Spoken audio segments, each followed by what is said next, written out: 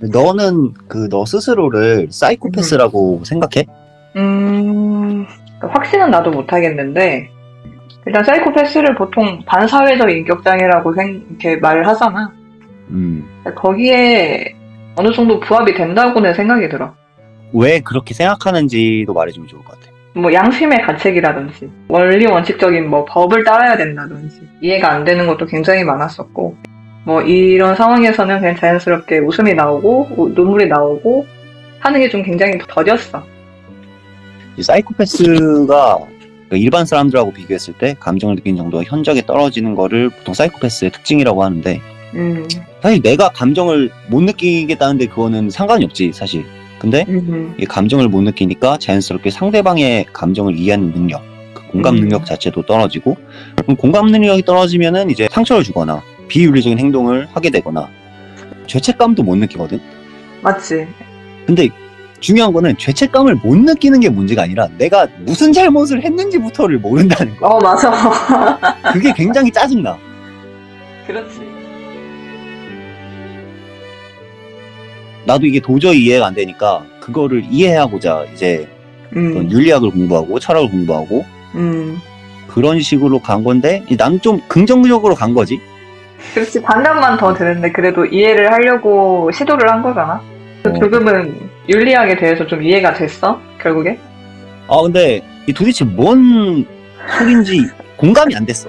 뭐 그 취지는 알겠어. 약간 윤리가 사회를 이루고 살아가기 위해서 최소한의 규칙들, 뭐 행동 강령 그런 거. 그렇지. 근데 그런 것들을 결국에는 정당화를 하는 게 철학의 역할이잖아. 근데 얘네도 그 윤리학이라는 걸 만들어 놓고 행동이 정당화가 안 되는 거야. 뭐 대표적으로 난 문과가 아니지만 그 문과에서 배우는 공리주의나 아니면 그 의무주의 알지? 알지. 그런 것들이 모든 상황에 적용되는 게 아니거든. 그래서 이게 모순이 있다 보니까 전문용어로 뭐라 그러더라?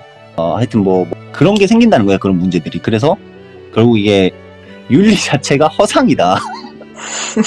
윤리가 유령이다, 뭐 이런 식으로 가버리니까. 근데 그런 식으로 결론이 나면은 나야 좋지, 나야 그지 이게 유령인데. 난 오히려 윤리학 공부하고 나서 더 인간이 이해가 안 되기 시작했어. 윤리의 기원을 따지는 건 좀 어렵지만 나는 그 시작이 사실상 예수라고 보거든. 그 예수가 인간의 죄를 자기가 대신 덮어 씌우면서 이 창에 찔려서 대신 죽으셨고, 그러면서 자신의 사랑을 보여준 거 아니야, 인간들에게. 신이 너희를 이만큼 사랑하시는 거다라는 걸 보여준 거야. 그러면은 인간들은 뭐 신에게 그 사랑을 보답할 필요는 없어. 다만 나에게 보답하는 대신 너희 주민들에게 나의 사랑을 나누어 주어라. 이거를 보면서 되게 멋있다고 느꼈어. 마음이 좀 따뜻해지거나 그 숭고한 감정을 느끼거든. 나도 좀 감정이 둔하긴 한데 그 정도 레벨에서는 느낀단 말이야, 숭고한 감정을. 너는 그런 것도 아예 뭐 전혀 느끼지 못한다고 봐야 되나? 사실 마음이 따뜻해졌다는 것도 나는 조금 뭔 말인지는 모르겠는데, 일단은 내가 전혀 예상치도 못한 그런 생각을 할 수도 있구나라는 정도는 알겠는데 거기서 끝이야. 근데 뭔가 따뜻해지는 거는 내가 무슨 말인지는 잘 모르겠고, 이게 대단하다고 생각이 전혀 안 들어. 그래서 조금.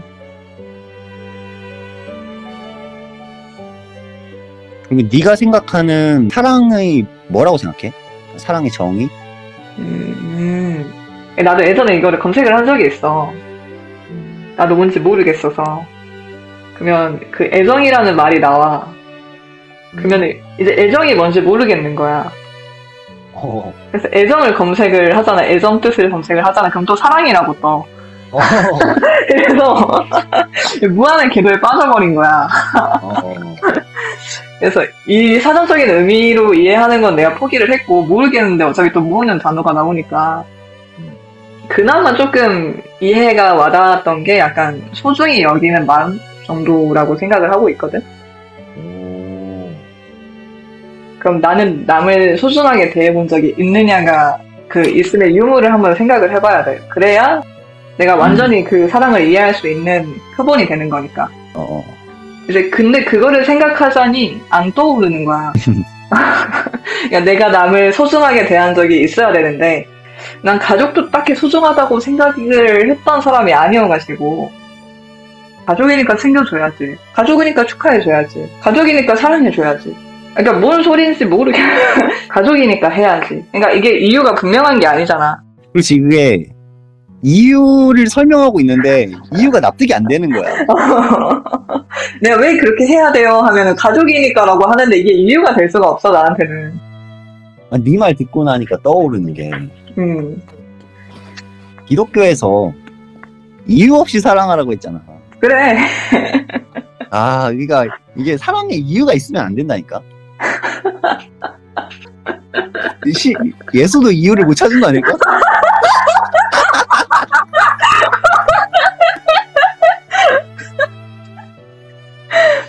신께서 너희를 사랑하셨다라고 하면은 이게 오히려 그럴듯하거든 나는.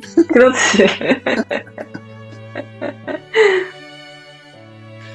그러면은 뭐 지금까지 이제 사랑을 한 번도 해보신 적이 없으신데 결과적으로 사랑을 하고 싶은지 물어보고 싶어.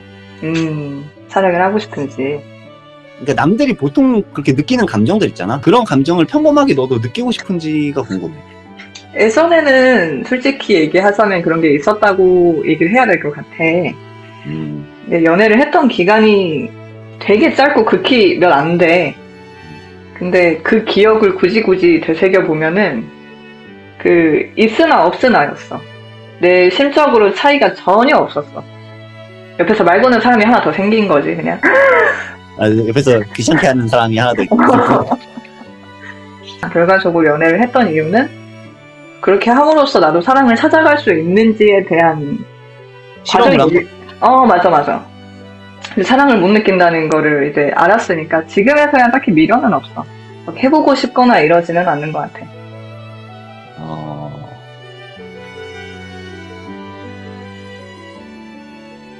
네가 사랑에 대한 걸 말했으니까 약간 나에 대해서도 이제 말을 하면은 내가 생각하는 그 사랑의 정의는 그래도 이제 분석 철학을 하다 보니까 그 단어의 정의가 엄밀한 정의가 굉장히 중요하거든. 사랑이라는 것은 X가 Y에 대해 긍정적인 감정을 품는다가 일단 성립이 돼야 돼. 사랑이 긍정적인 어떤 속성이 있으니까. 근데 이게 긍정적이라는 것만으로는 그 호감, 좋아함, 이게 사랑, 이게 단계별로 나가는 거잖아. 맞아. 그래서 어느 정도 돼야지만 이게 그거를 사랑이라 볼 수 있을까? 아마도 내가 생각하는 그거는 X가 Y를 긍정적으로 생각하되 X 자신보다도 Y를 더 생각해야 돼. 나보다도 더? 나보다도 더 상대방을 위하는 마음. 왜냐면 이렇게 정의를 내려야지만 그 기독교에서 말하는 사랑이 여기에 부합하잖아. 일리가 있네. 근데 이렇게 정의하면 이제 너나 나나 그 사랑을 하는 게 불가능하거든. 나도 그 오빠가 얘기하니까 난 더 안 되겠다 갑자기 딱 느꼈어. 사회 현상 중에 이해가 안 되는 게 뭐 연인 관계 중에서 상대방이 바람을 폈다고 화나가지고 복수하고. 근데 만약에 내가 진정으로 그 사람을 사랑했으면은 그 사람의 새로운 사랑을 응원해주고 응원하지는 못할 망정 어쩔 수 없는 거잖아. 근데 그거는 나도 그런 거 생각이 드는 게 진짜 좋아하는 상대가 다른 사람을 좋아하는데 그러면은 놔줘야 되는 거 아니야? 진짜 좋아하는 사람이 안 좋아하는 나랑 얽매여 있는 게 그 사람의 행복이 아니잖아. 난 이게 쌀 것 같은데. 그렇지. 나도 나 오히려 그 정상인들이 더 사이코라고 느끼는 지점이 바로 그거야. 오히려 내가 사이코패스니까 오히려 더 진정한 사랑을 실천하고 있는 거잖아. 그러면 그래서 굉장히 아까 그 사랑에 대한 정의를 하는 걸 듣고 깜짝 놀란 게 나는 나 이상으로 누굴 좋아해 본 적이 없거든. 그러면 그게 맞는 거잖아. 근데 그 말 듣고 진짜 너무 충격 먹었어. 그러니까 좋아를 해도 누굴 좋아해도 일단 내가 먼저인 건데. 그 이제 기독적 사랑에 의하면은 나보다 타인을 위하는 그런 마음가짐이 있어야 되잖아. 그런 거에 대해서 이게 좀 부정적으로 생각하는, 그게 정당화가 될 수 없다고 생각하는 그런 게 이제, 즉 다시 말하면 내가 제일 중요하다. 이런 게 이제 기독교에 반대된다 해서 약간 악마 숭배 사상이거든. 그러니까 악마 숭배를 한다고 해서 뭐 나쁜 짓을 하자 이게 아니라 나를 제일 중요하게 생각하고, 그러다 보니까 어떤 이기심 같은 게 발동이 되니까 결국 악마 같은 사람이 되는 거지. 나는 나를 소중하게 생각했을 뿐인데. 그러니까 말이야. 그래서 나 이게 좀 우스갯소리인지 모르겠는데, 인터넷에 보면 이런 게 있어. 악마 성서 1장 1절 내 몸의 주인은 너 자신이다.